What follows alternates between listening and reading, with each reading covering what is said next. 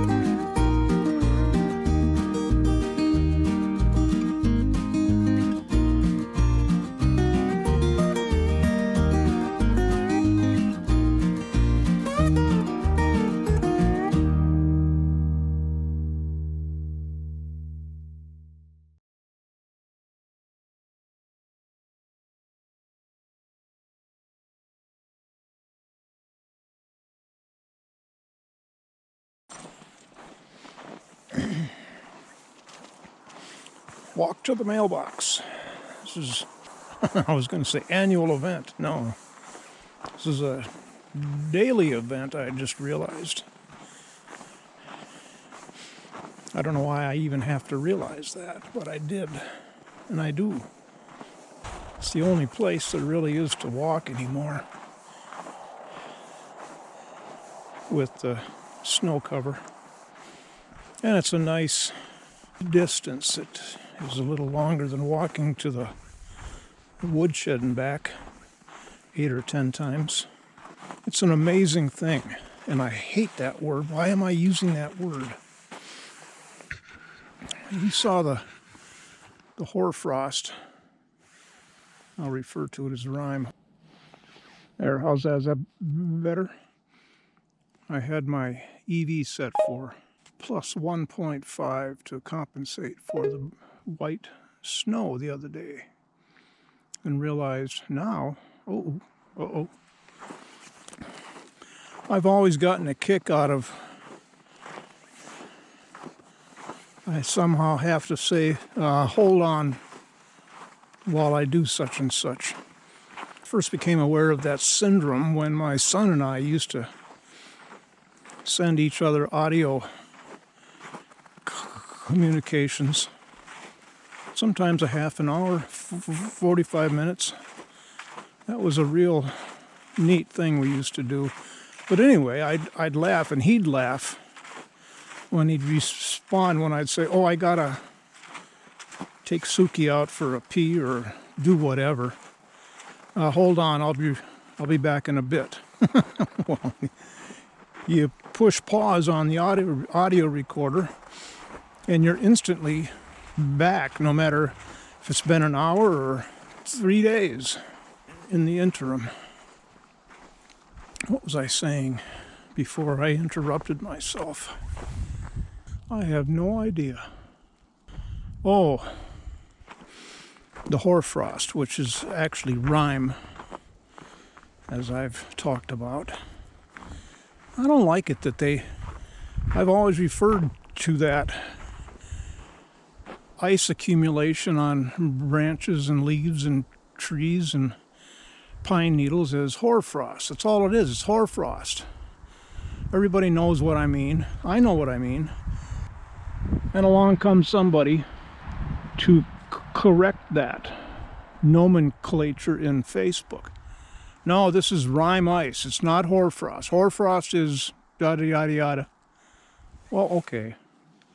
It hung around for 2 or 3 days, and I was aware when I came out to give Suki her evening pee last night in the dark that, oh, it looks like it's fading a little bit.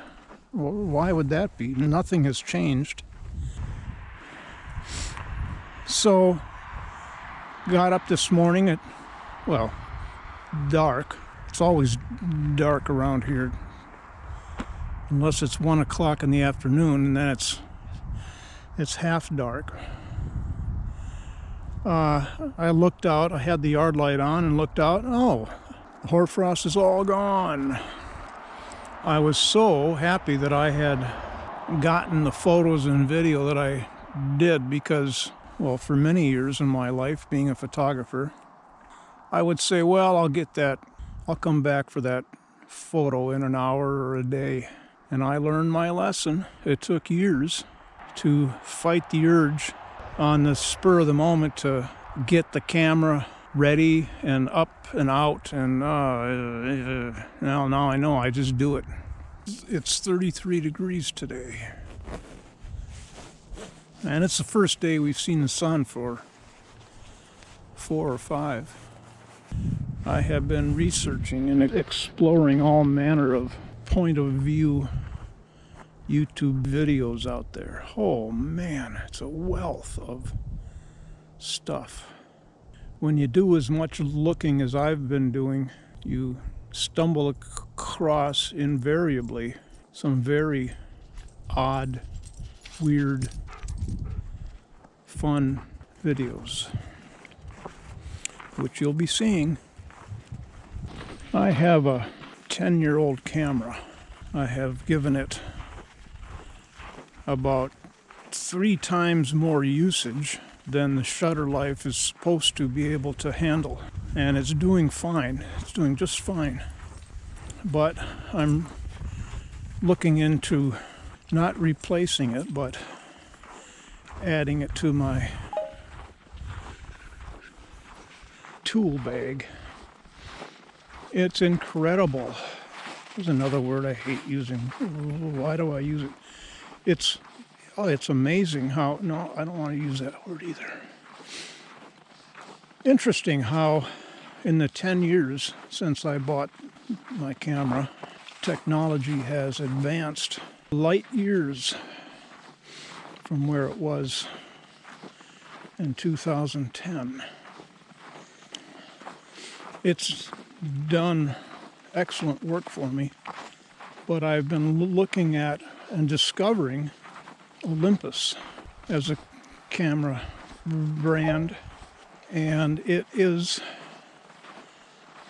well, it's just been one of those names. Canon, Nikon, Sony, Panasonic, Olympus. Oh, they're all the same. One camera's as good as another. And most of them are. The cameras they make nowadays are light years ahead of 10-year-old technology.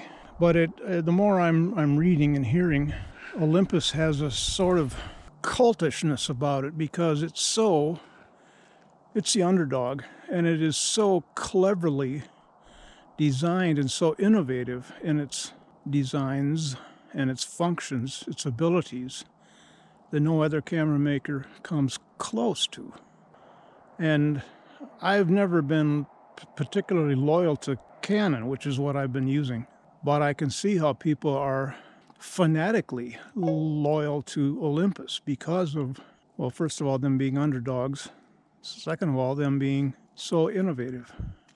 The camera I'm looking at is a OMD E5 Mark III. And it has built-in capability to do time-lapse for one, just right there. With my old camera, I've had to do time-lapses manually, use an intervalometer, which triggers the shutter whatever interval you set it for, every half second, every 1 second. But you got to take JPEGs, however many you want, then download them into the computer, then process each one, and then combine them into one file, then make a time-lapse out of them. Well, the Olympus does all of that for you. And my thinking all along, when I want to replace my current camera with another camera, a new camera, is I want to be able to use my lens. I have four lenses for the Canon. Well, I don't want those just to rot in my camera bag, which before I went digital with Canon, I was film, and every bit of my Nikon film equipment was unused from that day forward. I hate that. And that's what camera manufacturers expect to happen. When you do something like convert to digital, everything has changed.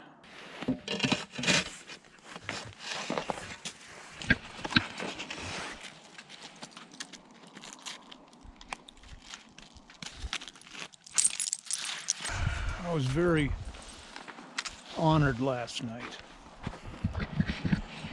Suki was laying on the love seat. I was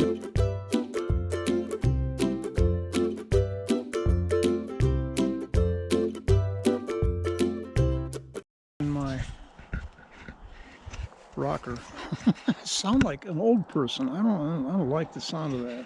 And we were sitting there. I'm watching one of my TV shows, which, by the way, Life in Pieces, Amazon Prime. Oh, what a fun show. That aside, I'm sitting there and I hear, and I look over at Suki, and she's laying, but she's sitting up looking at me intently. And I thought, well, maybe I just heard something that wasn't her. But she kept staring at me. And I thought, is she lonely?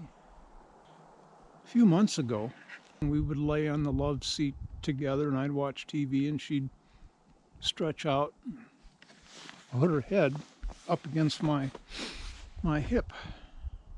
So a few months ago, I tried to do that again with her. She just wasn't real receptive. She's not that sort of a demonstrative dog. But when she whined last night, I thought, well, let's give it another go. So I got up, sat down, and she stood up on the love seat and was very unsure, like a shy 13-year-old teenager with his first date.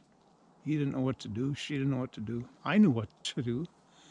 She sort of head-butted me a few times and was very reluctant to do anything except stand there next to me. So finally I patted my lap, and then she laid curled right next to me, against me. Oh, wow, that was just fantastic. And I rubbed her head, scratched her ears, and talked to her. We both liked that a lot. So maybe there's something new happening here, that I can resume that fond laying on the love seat together with her up against me, and me, my hand on her head, on her neck, on her, holding her. I used to make her ropes. When she first came to live with me, the first year or two, I was making ropes at the hardware store, making really good, heavy, thick ropes out of 3 individual ropes braided together. Give her mouth something good to chomp on.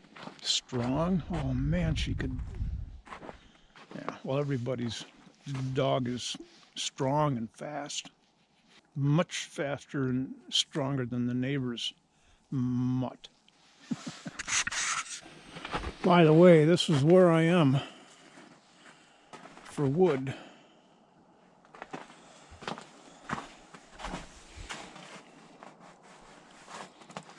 And I haven't even begun on this yet.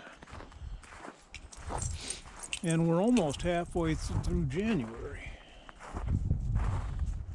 So I'm encouraged, because last year, by middle of February, this was empty. And the wood that was in there, the wood you're seeing in front here, was not seasoned yet. The wood at the back row was seasoned and it was ready to burn. So I had to take the slats off around back behind. There's a video, it's on a video from last February. I removed them, and I could access that wood back behind.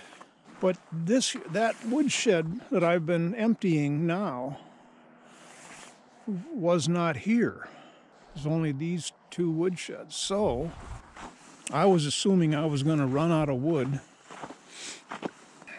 again. And then I've got this wood rack. That is not seasoned yet, but I don't need it to be yet because I don't need it yet. So the wood that's left in here is going to last through January. Well, that may be a bit optimistic, not sure, but at any rate,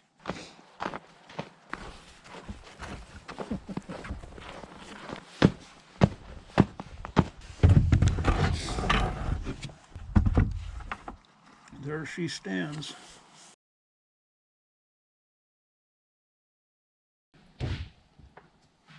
Yay! That's more like it. An hour ago, Suki and I went out, go to the mailbox, and it was snowing lightly, unimpressively, and the flakes were odd. It was obviously something was different, and I realized it was the temperature outside, 37. The weather has been strictly unexciting the last month and a half, 2 months. We haven't had any real winter, had any real sub-zero. I'm not complaining, mind you, but it is a bit jarring to be in north central Minnesota in January and have it be so unthreatening. Very, very unusual. And it's been this way the whole fall and winter. We had a week or 10 days of more seasonal temperatures, but now it's, I don't know what my point is. You know, I was complaining, well, just about every time I walk out here, about clearing up this unsightly mess. However, walked by here a couple days ago and thought, you know what, this is a really, really good habitat for birds. A lot of hiding they can do in there. So I think I'm not going to feel in so much of a hurry to clear this out. I think that's a really great haven, especially in the summer when there's a lot of birds we don't have here all year round. I mean, look through there. And through there. Yeah. There's always another way to look at anything you want to evaluate. There's another point of view. Two sides of the story. Healthier eating during the pandemic. That healthier eating won't work unless it's during a pandemic.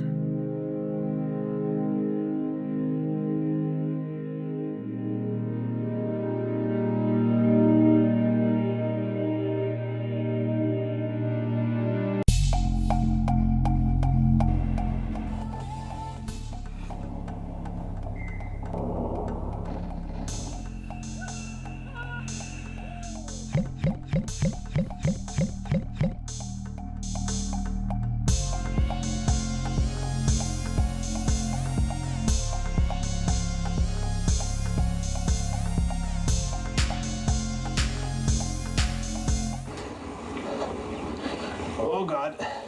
Keep going. Yeah, get a little further that time. Our next trail, Comet, is something that people will either love or hate. And that's because it's absolutely packed with skinnies. Oh. Skinny. Oh. If it's there, you gotta ride it. It's like the Ewok village here. I personally enjoy riding them, but that might have something to do with the fact that my home trails are on the North Shore of Vancouver, where the ladder bridge was invented. Skinnies totally are an old school feature though. They became popular back when mountain bikes were short and head angles were steep. You pretty much have to ride them slowly, and with today's enduro bikes being long and slack, they just don't play quite as well on them. And in a world where mountain biking is just getting faster and faster, I can understand why skinnies aren't so popular anymore. But I still enjoy the challenge.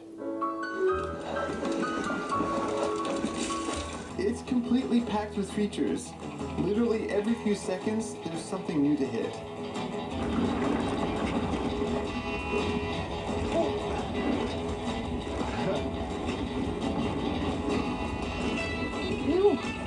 Sick.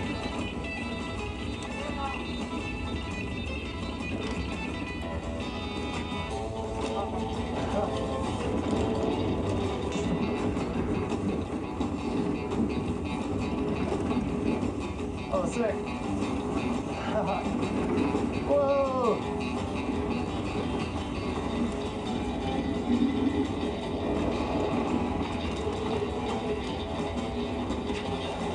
So many tires. I'll get that next time.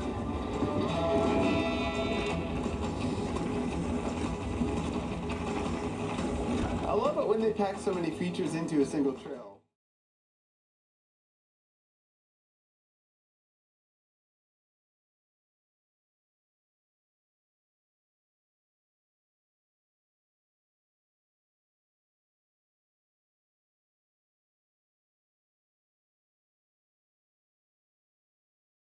Thanks for watching. Be sure to hit the like button. See you next time.